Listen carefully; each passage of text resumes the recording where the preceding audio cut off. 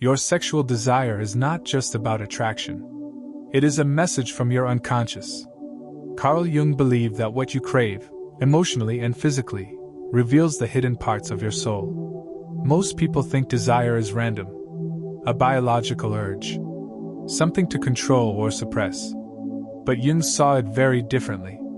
He said desire is a psychological force, a mirror of your inner wounds, your shadow self, your unmet needs, and your deepest longing for wholeness. The people you're drawn to, the fantasies you repeat, the patterns that keep showing up in relationships. None of it is accidental. According to Jung, sexual energy is the same energy that drives creativity, ambition, love, and spiritual growth. When misunderstood, it controls you. When understood, it transforms you. Modern society teaches us to either indulge desire blindly or feel ashamed of it. But Jung taught something radical. Desire is not your enemy. It is your unconscious trying to communicate with you. In this series, we will uncover why you're attracted to certain types of people, what your deepest cravings really mean, how desire connects to your shadow self, and how understanding it can heal your relationships and your life. What you're about to hear may change the way you see yourself forever. Now let's begin. Carl Jung believed that nothing powerful in the human psyche is random, especially desire. What attracts you is not chosen by your conscious mind. It is chosen by your unconscious. You may think you fall for someone because of their beauty, confidence, or charm. But Jung said those surface reasons are only symbols. Behind every attraction lies a deeper psychological meaning. According to Jung, the unconscious mind holds everything we repress, ignore, or fail to understand about ourselves.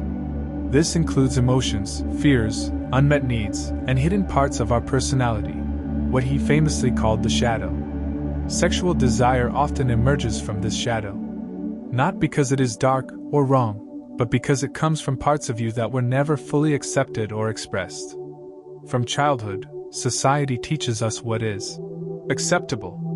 We learn which emotions are allowed and which must be hidden. Anger is suppressed. Vulnerability is buried. Curiosity is controlled. Certain desires are labeled as shameful. All of this gets pushed into the unconscious. But what is buried does not disappear. It returns through attraction. Jung believed that desire is one of the main ways the unconscious tries to bring balance back to the psyche. For example, if you grew up feeling powerless, you may feel intense attraction toward dominant or confident people. If you were taught to suppress emotion, you may crave partners who are emotionally expressive. If you learn to always please others, you may feel drawn to rebellious or unavailable people. These attractions are not coincidences. They are the unconscious trying to reclaim lost parts of you. Jung called this process compensation, where the psyche seeks wholeness by pulling you toward what you lack or deny within yourself. This is why attraction can feel irrational. You may know someone is unhealthy for you, yet still feel magnetically pulled toward them. Your conscious mind sees danger, but your unconscious sees a missing piece of your soul, and it wants integration. Another key Jungian idea behind desire is projection. Projection happens when you unconsciously place parts of yourself onto another person. You don't just like them, you see in them something you haven't recognized in yourself. Sometimes it's strength, sometimes creativity, sometimes passion, sometimes emotional depth. You fall in love not with who they truly are, but with what they represent inside you. Sexual attraction often carries the strongest projections.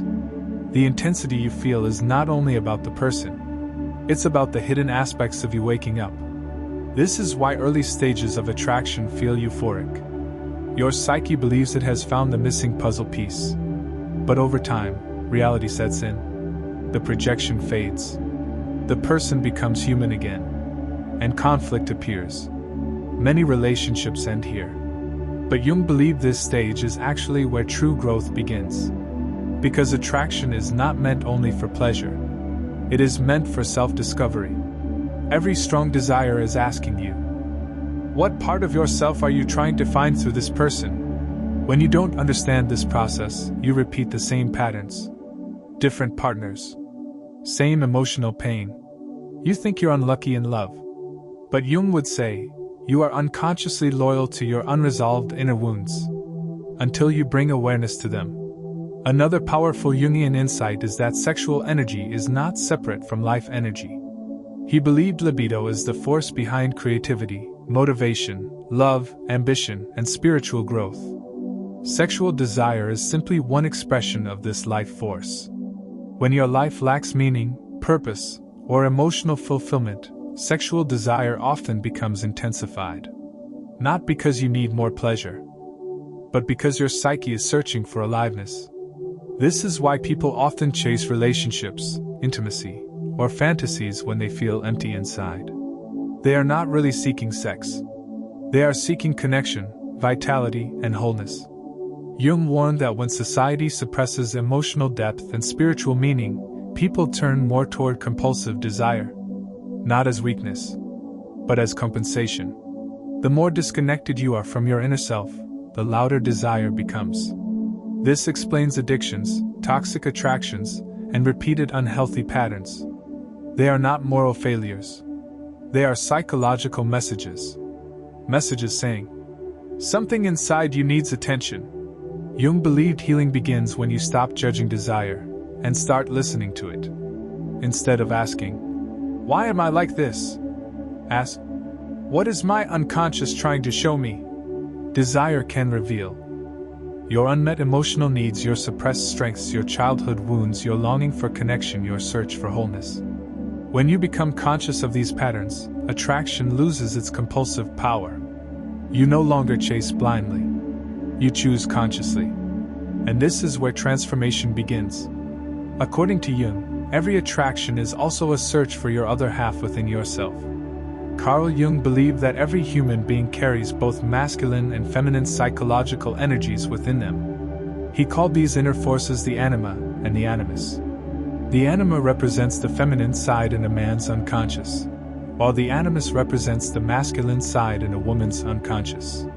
These are not about gender in a physical sense, but about emotional, psychological, and spiritual qualities that complete the human psyche.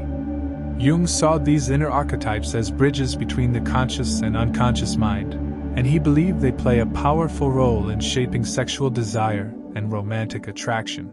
When you feel deeply drawn to someone, Jung would say you are often responding not just to the person themselves, but to the inner image of your anima or animus that you are projecting onto them. In simple terms, you fall in love with the reflection of your own unconscious ideal. The person becomes a symbol of what your psyche is longing to integrate. This is why attraction can feel overwhelming, magical, and destined. It feels larger than logic because it is driven by deep unconscious forces. For example, a man who has suppressed his emotional sensitivity may feel intensely attracted to a woman who is nurturing, expressive, and emotionally intuitive. Unconsciously, she represents his anima, the part of him that longs for emotional depth and connection. Similarly, a woman who has been taught to hide her strength and independence may feel drawn to a confident, assertive man who represents her animus, the inner drive for power, direction, and self-assertion. In the early stages of attraction, this projection creates the illusion of perfection. The partner seems to complete you. You feel whole in their presence. Everything feels exciting, meaningful, and alive. Jung explained that this is because you are temporarily experiencing a psychological union with your unconscious self. It feels like you have found the missing piece of your soul. But no human can permanently carry your projections. Over time, cracks appear. The partner begins to show flaws. They fail to live up to the unconscious image you placed on them. Disappointment follows. Conflict arises. Passion may fade. Many people interpret this as love dying. But Jung saw it as something far more important, the collapse of illusion. This moment is crucial for growth. It forces you to reclaim the qualities you projected onto the other person and recognize them within yourself. The emotional depth you admired, the strength you desired, the creativity, confidence, or passion you sought, these were always parts of you waiting to be developed. When people refuse this inner work, they often leave the relationship and chase another partner, repeating the same cycle. New person, same projection, same disappointment. Jung called this the endless search for wholeness through others. It is one of the main reasons relationships become patterns instead of partnerships. Sexual desire intensifies this process because it is closely tied to emotional bonding and unconscious imagery. The stronger the desire, the stronger the projection tends to be. This is why some relationships feel addictive. The psyche becomes attached not just to the person, but to the inner fantasy of completion. Jung warned that modern culture encourages projection rather than self-awareness. Movies, social media, and romance stories promote the idea of a perfect partner who will finally make you whole. But this externalizes the psychological journey that must happen within. True maturity in love, according to Jung, happens when you withdraw projections and begin to see your partner as they truly are, not as a symbol of your unconscious needs, but as a real human being. This allows for authentic connection instead of fantasy-based attraction. Sexual desire then transforms. It becomes less about filling an inner void and more about sharing intimacy, growth, and mutual understanding. It is no longer driven by unconscious hunger, but by conscious love. Another powerful insight Jung shared is that when the anima or animus is undeveloped or wounded, attraction often leads to chaos. People may be drawn to emotionally unavailable partners, abusive dynamics, or unstable relationships. This happens because the unconscious is trying to heal unresolved inner conflicts through external experiences.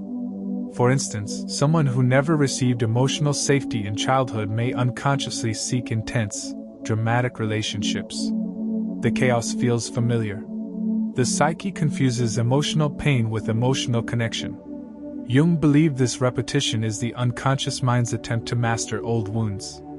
Until awareness breaks the cycle. When you begin to understand your projections, your inner masculine and feminine energies, and the emotional needs behind your desires, attraction becomes a guide instead of a trap. It shows you where growth is needed. It reveals what parts of yourself are waiting to be integrated. Jung did not see desire as something to suppress. He saw it as a path to self-knowledge. Every attraction carries a lesson. Every heartbreak carries insight. Every longing points to something within you seeking wholeness. Carl Jung believed that sexual desire, when understood consciously, could become one of the greatest forces for personal transformation. Instead of being something that controls you, it can become something that guides you toward healing, creativity, and inner balance. Jung saw desire as raw psychic energy, a powerful life force that can either trap you in unconscious patterns or elevate you towards self-awareness and wholeness. Most people live at the mercy of their desires. They chase attraction without understanding it. They move from relationship to relationship, seeking fulfillment in others, hoping the next connection will finally make them feel complete. Jung warned that this endless pursuit is not a search for love, it is a search for lost parts of the self. Until those parts are reclaimed, no partner can bring lasting satisfaction. The key to transformation, according to Jung, is consciousness. When you bring awareness to your desires, you begin to see their deeper meaning. Instead of reacting automatically, you start observing patterns. You notice the type of people you are drawn to. You recognize emotional triggers. You understand what feelings arise in attraction: excitement, fear, insecurity, longing, or validation. Each of these emotions is a clue. For example, if you crave intense passion, it may reflect a longing for aliveness and emotional depth in your own life. If you are drawn to unavailable partners, it may point to unresolved abandonment wounds. If you seek constant admiration, it may reveal hidden self-worth struggles. Desire becomes a psychological map showing where growth is needed. Jung called this process individuation, the journey of becoming a whole and integrated person. Sexual desire plays an important role in this journey because it exposes the unconscious more powerfully than almost any other human experience. When you stop judging your desires and instead explore them with honesty, they lose their compulsive grip. You no longer feel controlled by attraction. You become curious about it. And curiosity leads to insight. Over time, this awareness begins to change your choices. You may find yourself less drawn to chaos and more attracted to emotional stability. Less interested in validation and more interested in genuine connection. less obsessed with fantasy and more grounded in reality. This is not because desire disappears. It evolves. Jung believed that as the psyche becomes more integrated, sexual energy transforms into creativity, purpose, and spiritual depth. The same energy that once drove compulsive attraction begins to fuel personal growth. This is why many great artists, thinkers, and spiritual leaders spoke about transforming sexual energy into creative power. Jung saw this not as suppression, but as redirection. When the unconscious conflicts behind desire are healed, the life force flows freely into meaningful expression. You begin to feel more alive, confident, and whole without needing constant romantic intensity. Another powerful transformation occurs in relationships. When you understand your projections and inner archetypes, you stop expecting your partner to complete you. Instead, you walk into relationships already feeling whole. This creates healthier bonds based on respect, authenticity, and emotional maturity. Conflict becomes communication instead of drama. Attraction becomes connection instead of addiction. Love becomes partnership instead of emotional dependency. Jung believed that many modern relationship struggles stem from unconscious desire. People seek fulfillment externally instead of internally. They look for someone to save them, heal them, or give their life meaning. But this only creates disappointment and pain. True love, according to Jung, begins when two whole individuals come together, not two wounded souls searching for completion. Perhaps the most profound lesson Jung taught about desire is that it is ultimately a spiritual force. At its deepest level, desire is the soul's longing for wholeness, connection, and meaning. Sexual attraction is just one expression of that deeper yearning. When misunderstood, it keeps you stuck in cycles of craving and heartbreak. When understood, it becomes a doorway to self-discovery. Every desire is asking you to know yourself more deeply. Every attraction is pointing to something within you waiting to be healed, expressed, or integrated. This is why Jung believed that avoiding or suppressing desire is just as harmful as blindly following it. Both paths keep you unconscious. The middle path is awareness, observation, understanding. When you walk this path, desire no longer controls you. It teaches you. It guides you. It transforms you. And slowly, you begin to realize something powerful. The people you were searching for, the connection you were craving, the fulfillment you hoped relationships would bring. All of it was leading you back to yourself. In Jung's words, who looks outside dreams, who looks inside awakens. Your sexual desire is not a weakness. It is a message, a mirror, a guide to who you truly are. When you understand it, you don't just improve your relationships. You awaken to your true self. Your desires aren't random. They're messages from your unconscious. The more you understand them, the closer you come to your true self. If this opened your eyes, like, subscribe, and stay connected for deeper insights.